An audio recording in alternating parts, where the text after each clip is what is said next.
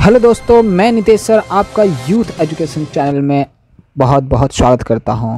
तो आज का शाम एवोगाद्रो के नाम मेरे लिए शाम है। आप जब भी इस वीडियो को देख रहे हैं वो दोपहर का समय है, ठीक है, दोपहर 2 बजे। जी हाँ, तो आज हम एवोगाद्रो से संबंधित top MCQ with Nitesh sir आपके सामने प्रस्तुत हैं। तो एवोगाद्रो से संबंधित जितने भी क्वेश्चंस है वो आपको इस वीडियो में ज़रूर मिलेंगे, और RRB NTPC जितने भी कॉम्पिटिटिव एग्ज़ाम हैं उसके लिए भी आपको ज़रूर इस वीडियो में कुछ न कुछ मिलेगा। तो आज का पहला सवाल, एवोगाद्रो का पूरा नाम क्या है? जी हाँ, एवोगाद्रो का पूरा नाम क्या है? Option A, B, C, D आप पढ़ ही रहे होंगे, समय बहुत कम बचा है। जी हाँ, सभी स्टूडेंट फटाफट जवाब दें, एवोगाद्रो का पूरा नाम क्या है? तो option number A, B, C, D में से जो ऑप्शन सही है वो है option number A is the best answer, और ये एकदम सही जवाब। जी हाँ, एवोगाद्रो का पूरा नाम एमिलियो एवोगाद्रो था, ठीक है। तो इसमें क्या है, हम RRB NTPC IAS UPS सभी लेवल के एग्ज़ाम की तैयारी करेंगे। आपने जो क्वेश्चन सुना होगा वो भी इसमें देखने को मिलेगा, और जो क्वेश्चन नहीं सुना होगा वो भी देखने को मिलेगा। बस डिफरेंट क्या होगा, एक्सप्लेनेशन का तरीका, कड़ी से कड़ी जोड़ना, एक कड़ी दूसरी कड़ी से कैसे जुड़ी है आपको पूरे से पता होना चाहिए। MCQ के जरिए मेरा काम आपको रटवाना नहीं है, बल्कि पहले मैंने साइंटिस्ट सीरीज़ बनाया है, और साइंटिस्ट सीरीज़ में एवोगाद्रो जी के बारे में बताया है, और उसके बाद एवोगाद्रो जी के बाद पूरा बताने के बाद ही मैं ये MCQ सीरीज़ लाया हूँ, क्योंकि पहले आप पढ़े और रिवीजन के लिए मैं आपके समक्ष MCQ प्रस्तुत करता हूँ। और टेलीग्राम में आपको इसके PDFs भी मिलने शुरू हो जाएंगे, ठीक है, कुछ दिनों बाद, और उससे आप रिवीजन करते रहिएगा, ठीक है। आप टेलीग्राम में सर्च कीजिएगा, क्या सर्च करिएगा, ठीक है, youth education with Nitesh sir, बिना स्पेस दिए हुए, ठीक है। ये चैनल है हमारे टेलीग्राम का, वहाँ पे आपको PDFs भी प्रोवाइड होंगे। तो इस चैनल को शेयर करें दोस्तों में, ताकि ज्ञान को अपने पास रखने से कोई फ़ायदा नहीं है, जितना ज्ञान बांटेंगे उतना ही ज्ञान बढ़ेगा। तो अगले सवाल की तरफ चलते हैं। तो अगला सवाल आपके स्क्रीन पर ये रहा। तो अगला सवाल कहता है कि who introduce the idea of the atom first, यानी कि सबसे पहले कौन थे जिन्होंने एटम्स का आइडिया रखा, यानी वो एटम्स के बारे में सोचना शुरू कर दिए हैं, ठीक है।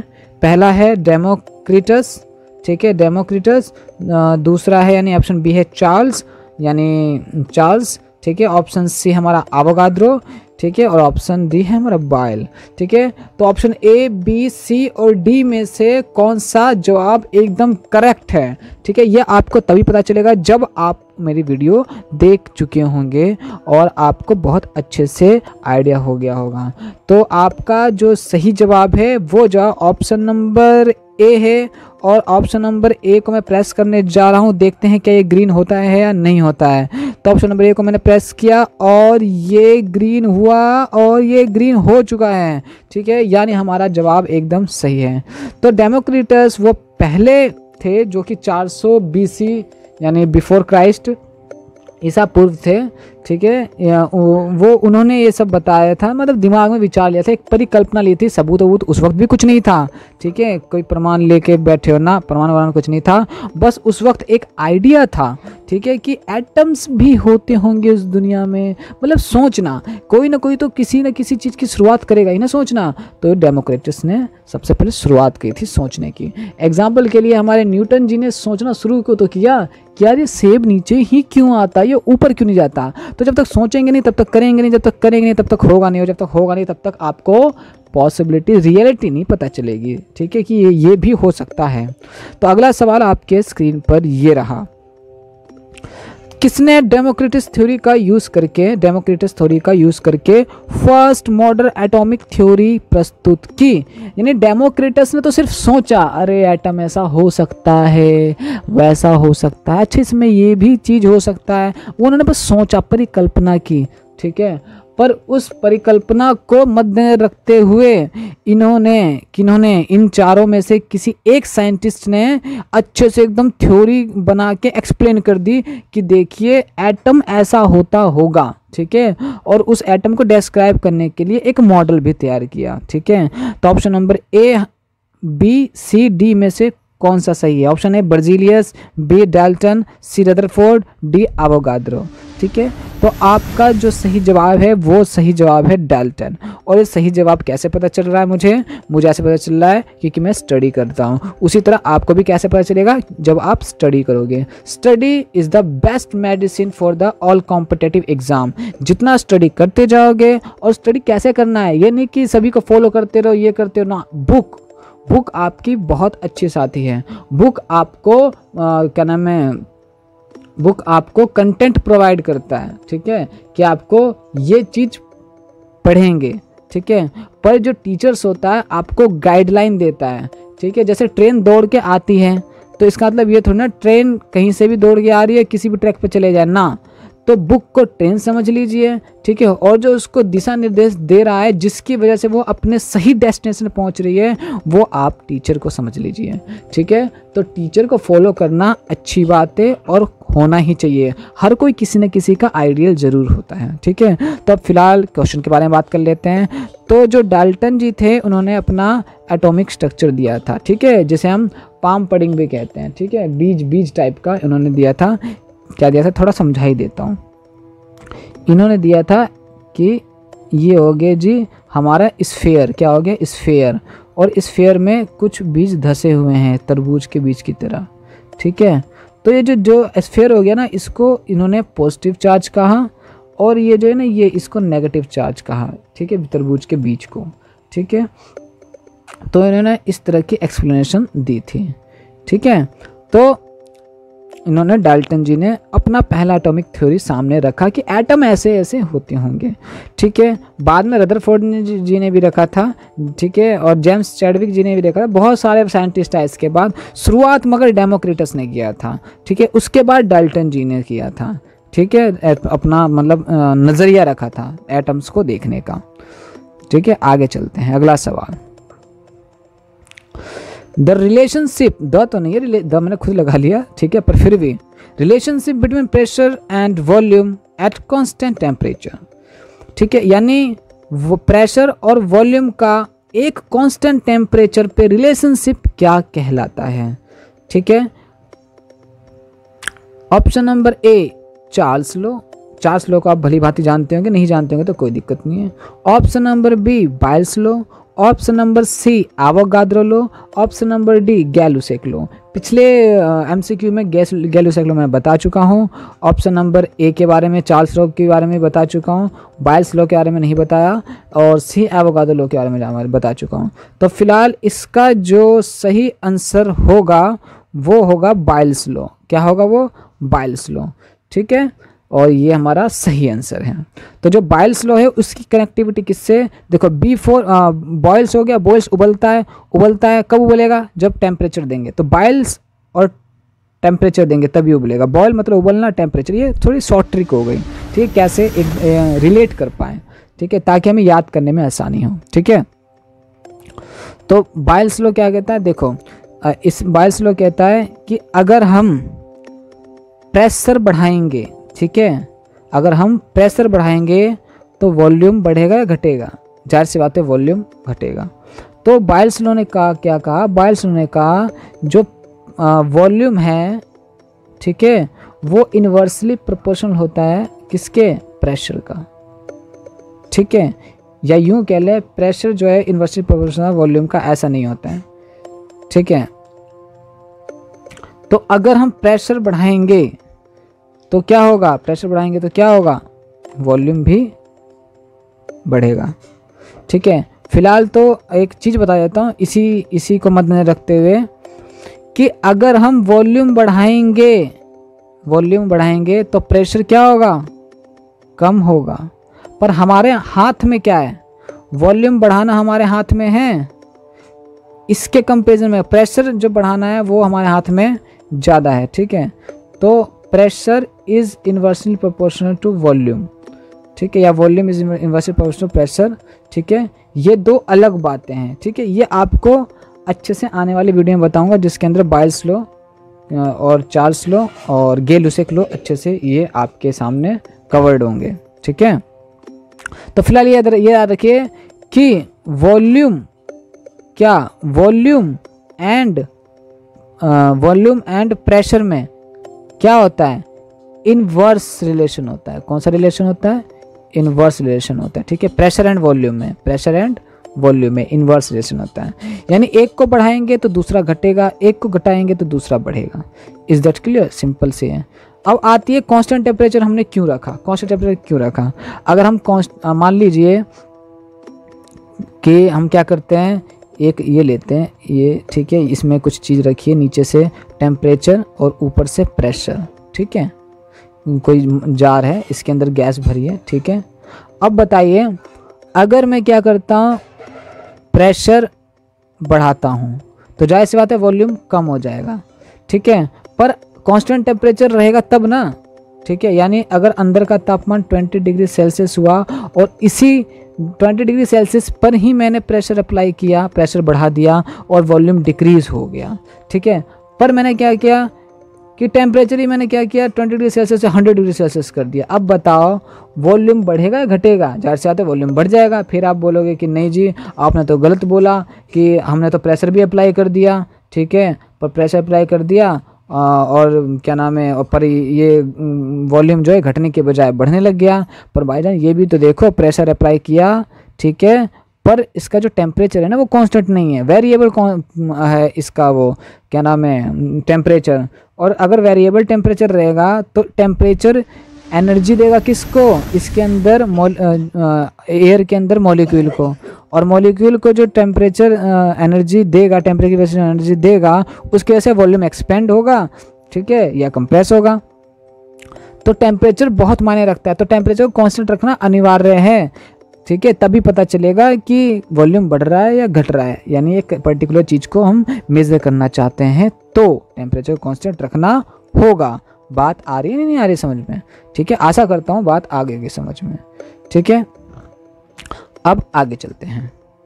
अगला सवाल आपके मोबाइल स्क्रीन पर, relationship between the volume and temperature at constant pressure is called.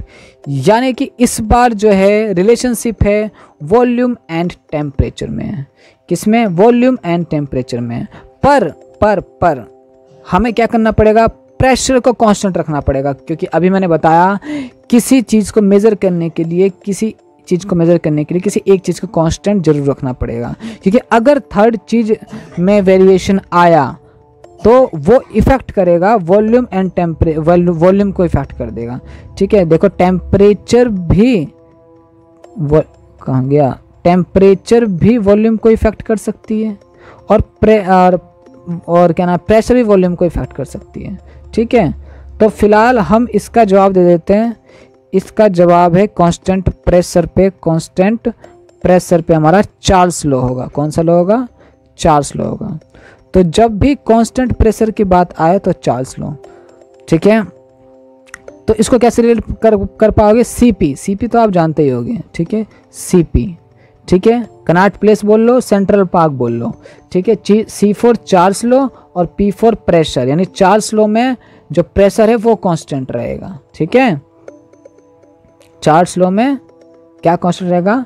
Pressure constant रहेगा, ठीक। अब मैं जो बात बताने वाला था वो बताता हूँ, ठीक है। देखिए यहाँ पे क्या है, टेम्परेचर है और यहाँ पे प्रेशर है। तो टेम्परेचर की वजह से वॉल्यूम क्या रहेगा? वॉल्यूम इफेक्ट होगा। प्रेशर की वजह से भी वॉल्यूम इफेक्ट होगा।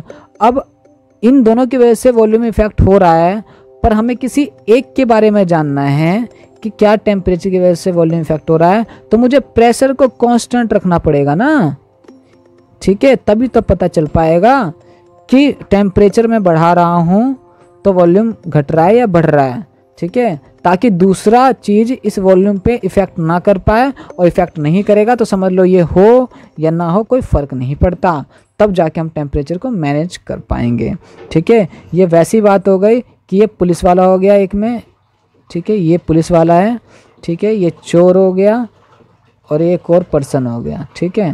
ये पुलिस लिख देता हूँ, ये चोर लिख देता हूँ, एक अनदर थर्ड पर्सन लिख देता हूँ, ठीक है। अब ये चोर भी पुलिस को इफेक्ट कर रहा है और थर्ड पर्सन भी पुलिस को इफेक्ट कर रहा है। तो अगर पुलिस किसी की सुनेगी तो एक को रोकेगी, ठीक है। मान लीजिए इस थर्ड पर्सन ने आया इस पुलिस के पास FIR लिखाने, ये भी आ रहा है FIR लिखाने। अब ये एक ही हाथ से क्या दोनों की FIR लिख देगा? आप बोलोगे बिल्कुल नहीं लिख पाएगा। तो किसी एक को बोलेगा ठहर जाओ, यानी एक को क्या बोलेगा? कांस्टेंट हो जाओ। अब फिर दूसरे की बात सुनेगा और तब डिसीजन ले पाएगा कि ये क्या कहना चाह रहा है, ठीक है? वरना दोनों चीज़ एक साथ नहीं हो पाएगी। This is not possible, it's can't possible, ठीक है? तब आ रही बात समझ में, हम कांस्टेंट क्यों रखते हैं, ठीक? तो ये कहलाएगा चार्ल्स लॉ। इससे पहले वाला क्या था? इससे पहले वाला था कौन सा लॉ? बाइल्स लॉ, ठीक है? बाइल्स का मतलब भी उबलना। उबलता कब है? जब किसी चीज़ को टेम्परेचर दी जाती है। तो बाइल्स लॉ में टेम्परेचर कांस्टेंट रहेगा, ठीक है? आपको अच्छे से समझ में आना चाहिए ये बात। चलिए अगला जो क्वेश्चन है वो आपके मोबाइल स्क्रीन या आप कंप्यूटर से देख रहे हैं तो कंप्यूटर स्क्रीन पर ये रहा। Relationship between pressure and temperature and constant volume. इस बार हम वॉल्यूम को कांस्टेंट रख रहे हैं, यानी वॉल्यूम हमें उतना ही चाहिए, वॉल्यूम को ना बढ़ा रहे हैं ना घटा रहे हैं, ठीक है? वॉल्यूम उतना का उतना ही है, बट हाँ प्रेशर और टेम्परेचर को जरूर घटा बढ़ा रहे हैं, ठीक है? तो क्या प्रेशर और टेम्परेचर वॉल्यूम पे इफेक्ट कर पाता है, हाँ या ना? ये जानने के लिए फिलहाल बने रहें। तो इस क्वेश्चन का जो ऑप्शन है वो डाल्टन्स लॉ है, एवोगाद्रोस लॉ है, यूनिवर्सल लॉ है या गैलुसेक लॉ है, ठीक है? यानी कि इस रिलेशनशिप को कौन सा लॉ कहा जाता है? इस रिलेशनशिप को, यानी जब भी कांस्टेंट वॉल्यूम में आएगा तो वो कहा जाएगा गैलुसेक लॉ, ठीक है? तो वो गैलुसेक जी थे जिन्होंने ये रिलेशनशिप क्या दिया? प्रस्तुत किया, और इनके नाम पे ये ठप्पा लग गया, ठीक है? तो इन्होंने क्या कहा? इन्होंने ये कहा कि यदि मैं वॉल्यूम को कांस्टेंट रखता हूँ, ठीक है, वॉल्यूम को कांस्टेंट रख रहा हूँ और प्रेशर अप्लाई करता हूँ, तो प्रेशर और टेम्परेचर एक दूसरे के डायरेक्टली प्रोपोर्शनल होते हैं या नहीं होते हैं? प्रेशर बढ़ाएंगे तो टेम्परेचर बढ़ेगा नहीं बढ़ेगा? चलिए ये मैं आप पे छोड़ता हूँ, क्योंकि कुछ चीज़ें मैं हमेशा आप पे छोड़ ही देता हूँ। क्यों? क्योंकि सारी चीज़ें मैं कराऊँगा तो आप क्या करेंगे? स्किप कर जाएंगे। अगर आप कुछ अपने हाथों से सर्च करते हैं तो आपके दिमाग में छप जाता है, प्रिंट हो जाता है एकदम, ठीक है? परमानेंट मार्कर से मार्क हो जाता है। तो ये आप बताएंगे, यदि क्या मैं प्रेशर अप्लाई करता हूँ तो क्या टेम्परेचर बढ़ेगा या नहीं बढ़ेगा? ये कमेंट बॉक्स में आप बताइए, ठीक है? तो इसका आंसर क्या होगा? Gay-Lussac law. अब हम अगला क्वेश्चन चलते हैं, यानी अगले स्क्रीन पर, और ये स्क्रीन आपके सामने है। बाइल्स लॉ इनमें से क्या कांस्टेंट रहता है? जी हाँ, समझ लीजिए कि ये जो क्वेश्चन है MCQ, ये आपके पिछले 3 क्वेश्चन का रिवीजन करा देगा, ठीक है? मैंने आपको बताया था यदि बाइल्स यानी बॉयल यानी कोई उबल रहा है तो किस चीज़ की वजह से उबलता है?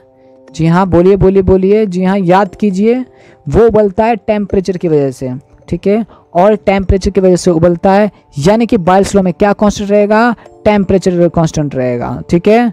तो ऑप्शन ए वॉल्यूम था, B none of this, C pressure, D temperature, ठीक है?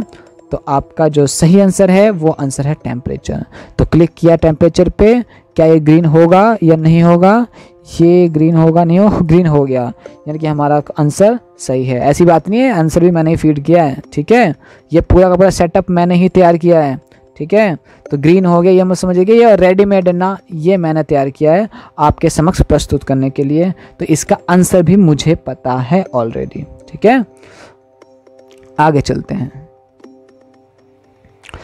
चार्ल्स लॉ में इनमें से क्या कांस्टेंट रखता है? तो मैंने क्या बताया था? सीपी से याद रखना, सेंट्रल पार्क, कनॉट प्लेस, तो जो भी है जिस तरीके से याद रखना रखिए। तो चार्ल्स लॉ में इनमें से क्या कांस्टेंट रहता है? टाइम, वॉल्यूम, प्रेशर या टेम्परेचर, ठीक है? टाइम, वॉल्यूम, प्रेशर या टेम्परेचर। तो मैंने क्या बताया था? CP, ठीक है? CP। तो P4 इसमें से P जो दिख रहा है ना पहला अक्षर, वो P फॉर प्रेशर है। मैं P से और भी रख सकता था, परंतु आपकी सहूलियत के लिए मैंने P और नहीं लगाया, ये प्रेशर का प्रेशर रहने दिया, ठीक है? इतना भी हार्ड क्या करना, ठीक है? पर आपको याद रहना चाहिए कि P4 प्रेशर ही है, भटक मत जाना, भूल मत जाना। दिन में 10 बार दीवार में छाप लो, रट लो, 1 नंबर तो पक्के हो ही जाएंगे, ठीक है? तो आपका सही जवाब प्रेशर, ठीक है? तो चार्ल्स लॉ में क्या कांस्टेंट रहता है? प्रेशर कांस्टेंट रहता है। अगला सवाल पूरे 1 नंबर के लिए, ठीक है। गै-लुसेक लॉ, ठीक है, में इनमें से क्या कांस्टेंट रहता है? ठीक है, तो इसका मैंने शॉर्ट फॉर्म नहीं दिया था ना, ठीक है, तो जी भी याद रख लो। बहुत सारे बच्चे को ये जी भी शब्द जरूर याद रहता है, ठीक है, जी भी शब्द जरूर याद रहता है, ठीक है। GTB, ठीक है, तो टी को साइलेंट कर दो, GB, ठीक है। तो ये जो GB है ना, ये याद रख लो, और मुझे 100% श्योर हूँ कि ये शब्द जरूर आपको याद हो ही जाएगा। तो गै-लुसेक लॉ में इनमें से क्या कांस्टेंट रहता है? ठीक है, मैंने 3 लॉ आपको पढ़ाई दिए, ठीक है, बाइल्स लॉ, चार्ल्स लॉ और गै-लुसेक लॉ, ठीक है। अगर अब भी आप इसका जवाब नहीं दे पाए तो समझ लो आप एकदम कंसंट्रेशन लेस हैं, यानी आप कंसंट्रेट नहीं कर पाते हैं। तो इसका आंसर वॉल्यूम है। क्या है इसका आंसर? वॉल्यूम। तो गै-लुसेक लॉ में इनमें से क्या कांस्टेंट रहता है? वॉल्यूम कांस्टेंट रहता है, ठीक है। आगे चलते हैं। एक एटमॉस्फेयर, ठीक है, एक एटीएम, ये एटीएम वो एटीएम नहीं है, ठीक है। कौन सा एटीएम? जिससे पैसे निकलते हैं, वो एटीएम नहीं है। फिलहाल उस एटीएम की फुल फॉर्म बताइए। हाँ, ये मैं काम आप पे छोड़ता हूँ। जो एटीएम होता है जिससे पैसे निकालते हैं हम, उसकी फुल फॉर्म आप कमेंट में करेंगे, ठीक है। एटीएम का फुल फॉर्म क्या होता है, ठीक है। तो इसमें आते हैं हम, एक एटीएम में कितना बार होता है? जी हाँ, एक एटीएम में कितना बार होता है? ऑप्शन नंबर ए 1.01230, ठीक है। पॉइंट के बाद हमेशा क्या करना है? सिंगल डिजिट में काउंट करना है, एक साथ ऐसे नहीं काउंट करना 230 ना, ये रॉन्ग है, ठीक है। तो ABCD में आप आपके फ्रंट पे आप देखिए, सोचिए और सही जवाब दीजिए, ठीक है। सही जवाब दीजिए। आपका सही जवाब है ऑप्शन नंबर डी, ठीक है, 1.01325 बार, ठीक है। यह आपको अपने दिमाग में सेट कर लेना है। 1 नंबर का क्वेश्चन कहीं ना कहीं किसी न किसी में देखने को ज़रूर मिलता है, ठीक है। अगला सवाल आपके सामने प्रस्तुत है, पर याद रखना जो एटमॉस्फेरिक प्रेशर है उसकी यूनिट MKS, CGS, ठीक है। जो यूनिट होती है ना मेजरमेंट की, वो 3 तरह की होती है। पहली क्या होती है? MKS, दूसरी क्या होती है? CGS, तीसरा क्या होती है? FPS। ये याद रख लेना, ठीक है। मैं एक बार फ्रंट पे लिख भी देता हूँ ताकि आपको याद रह जाए, ठीक है। जो यूनिट होती है ना मापने की, पहली होती है MKS में, ठीक है, दूसरी होती है CGS में, तीसरा होता है FPS में, ठीक है। अब बोलेंगे फुल फॉर्म बताओ, ठीक है। MKS, ठीक है, मीटर, किलोग्राम, सेकेंड, सेंटीमीटर, ग्राम, सेकेंड, फुट, पाउंड, सेकेंड, ठीक है। यह आपको अच्छे से याद होना चाहिए। तो एटमॉस्फेरिक प्रेशर एक एटम में आपको पता चल गया इतने बार होते हैं, ठीक है। तो इसको हर जो यूनिट सिस्टम है उसमें याद रखना है, MKS, CGS या FPS में, ठीक है। ये आप मैं छोड़ता हूँ। चलो आगे चलते हैं। हाउ मेनी पास्कल इन 1 बार? एक बार में कितने पास्कल होते हैं? बहुत आसान, बहुत बच्चों वाला क्वेश्चन है। अगर इस क्वेश्चन का आपने जवाब नहीं दे पाए तो समझो आपने क्या ही पढ़ा है, ठीक है। आपको अच्छे से पढ़ना है, सोचना है, समझना है और जवाब देना है, ठीक है। एक बार में कितने पास्कल होते हैं? एक बार में कितने पास्कल होते हैं? ऑप्शन नंबर ए 10 की पावर 4 पास्कल, बी 10 की पावर 6 पास्कल, सी 10 की पावर 7 पास्कल या डी 10 की पावर 5 पास्कल, ठीक है। आपको ये कहीं ना कहीं जरूर देखने को मिला होगा। बहुत सारे MCQs आपने अगर लगाए होंगे तो इसका जवाब आप जरूर जानते होंगे। तो इसका जवाब मैं दे देता हूँ, आप कमेंट्स में दे ना दें। इसका सही जवाब है ऑप्शन नंबर डी। 10 की पावर 5 पास्कल को हम क्या कहते हैं? हम कहते हैं 10 की पावर 5 पास्कल को 1 बार कहते हैं, ठीक है, यानी बार को एटीएम में, एटीएम को बार में, बार को पास्कल में, पास्कल को फिर से एटीएम में, सबको एक दूसरे से इंटर कन्वर्टेबल आना चाहिए आपको, ठीक है, तब जाके किसी भी कॉन्सेप्ट में आपकी कमांड पकड़ेगी। तो कमांड पकड़ने के लिए क्या होना चाहिए, कॉन्सेप्ट क्लियर होना चाहिए। अगर कॉन्सेप्ट क्लियर नहीं है तो फिर क्या ही क्लियर है, क्योंकि डायरेक्ट अब किसी भी कॉम्पिटिशन में उतरते हो सिर्फ एमसीक्यू के बेस पे कि मुझे थ्योरी कुछ नहीं पता, इसके पीछे का हिस्ट्री नहीं पता, ठीक है, इसके पीछे की कहानी नहीं पता, इसके पीछे किस किस लॉजिक का इस्तेमाल होता है वो नहीं पता, बस जी एमसीक्यू पढ़ूंगा उसके बेस पे उतर के आ जाऊंगा, तो भूल जाओ कि आप किसी भी चीज़ को लॉन्ग टर्म के लिए याद रखने वाले हो। शॉर्ट टर्म के लिए याद होगा, और याद होगा भी तो आपका अगर घुमा के क्वेश्चन आया तो भी नहीं कर पाओगे, क्योंकि किसी भी चीज़ को समझने के लिए समझना बहुत आवश्यक है। तो समझ के हमेशा पढ़ाई कीजिए, ये नहीं कि एमसीक्यू है तो एमसीक्यू की तरह ही लेंगे ना, पूरा अच्छे से कवर और क्लियर होना चाहिए। तो अगला सवाल आपके कंप्यूटर स्क्रीन पर ये रहा, how many ATM in one बार, एक बार में कितने एटीएम होते हैं। ये फिर से बता रहा हूँ, ये पैसे निकालने वाले एटीएम नहीं है, ठीक है, जिसके 100 के कड़कते हुए नोट निकले, ठीक है, 200 के कड़कते हुए नोट निकले, ठीक है। चलिए आगे चलते हैं, तो आगे नहीं, इसी में रहते हैं। आपके ऑप्शन नंबर ए है 0.986943 एटीएम, ऑप्शन नंबर बी पढ़ लीजिए खुद, option number D, option number C. तो इन चारों में से कौन सा सवाल का सही आंसर है, कौन सा आंसर है इस सवाल का, ठीक है। तो देखते हैं कितने महारथी हैं जो कि इस सवाल का अच्छे से जवाब दे पाएंगे। जी हाँ, बहुत सारे व्यक्ति हैं, परंतु इसका सही जवाब कितने दे पाएंगे। जो सही जवाब है वो क्या है, 0.986923, यानी ऑप्शन नंबर बी, 0.986923 एटीएम। ये याद रख लेना है, ठीक है, ये आपने दिमाग में छाप लो, रट लो, कैसे भी कर लो, पर आपको याद होना चाहिए। अगर इस टाइप का सवाल किसी भी एग्ज़ाम, कॉम्पिटिटिव एग्ज़ाम में आता है तो आप उसका सवाल का जवाब ज़रूर देंगे। क्यों? क्योंकि आप youth education with Nitish sir के साथ पढ़ रहे हो, ठीक है। अगर हमारे साथ पढ़ोगे तो आपके पास जितने भी आंसर आएंगे, उसके जितने भी एमसीक्यूज आएंगे, उसका आंसर आपके पास ज़रूर होगा, क्योंकि हम डीपली नॉलेज देते हैं और पूरी नॉलेज देते हैं और पूरी थ्योरी आपके सामने रखते हैं, उसके बाद ही एमसीक्यूज देते हैं, ठीक है। Concept full detail deeply clear होगा, ठीक है, टेंशन नॉट। अगला सवाल आपके कंप्यूटर स्क्रीन पर ये रहा, एटमॉस्फेरिक प्रेशर की एसआई यूनिट क्या है। What is the SI unit of the atmospheric pressure, ठीक है। एटमॉस्फेरिक प्रेशर क्या होता है, वायुमंडल, हमारे पृथ्वी जो है वायुमंडल से घिरी हुई है। तो मैं आपके लिए एक सवाल छोड़ता हूँ कि वायुमंडल की कितनी परतें मौजूद हैं, ठीक है, वायुमंडल की पृथ्वी में कितने परतें मौजूद हैं, ठीक है, यानी कितने स्फीयर मौजूद है, कितना गोला मौजूद है, ठीक है।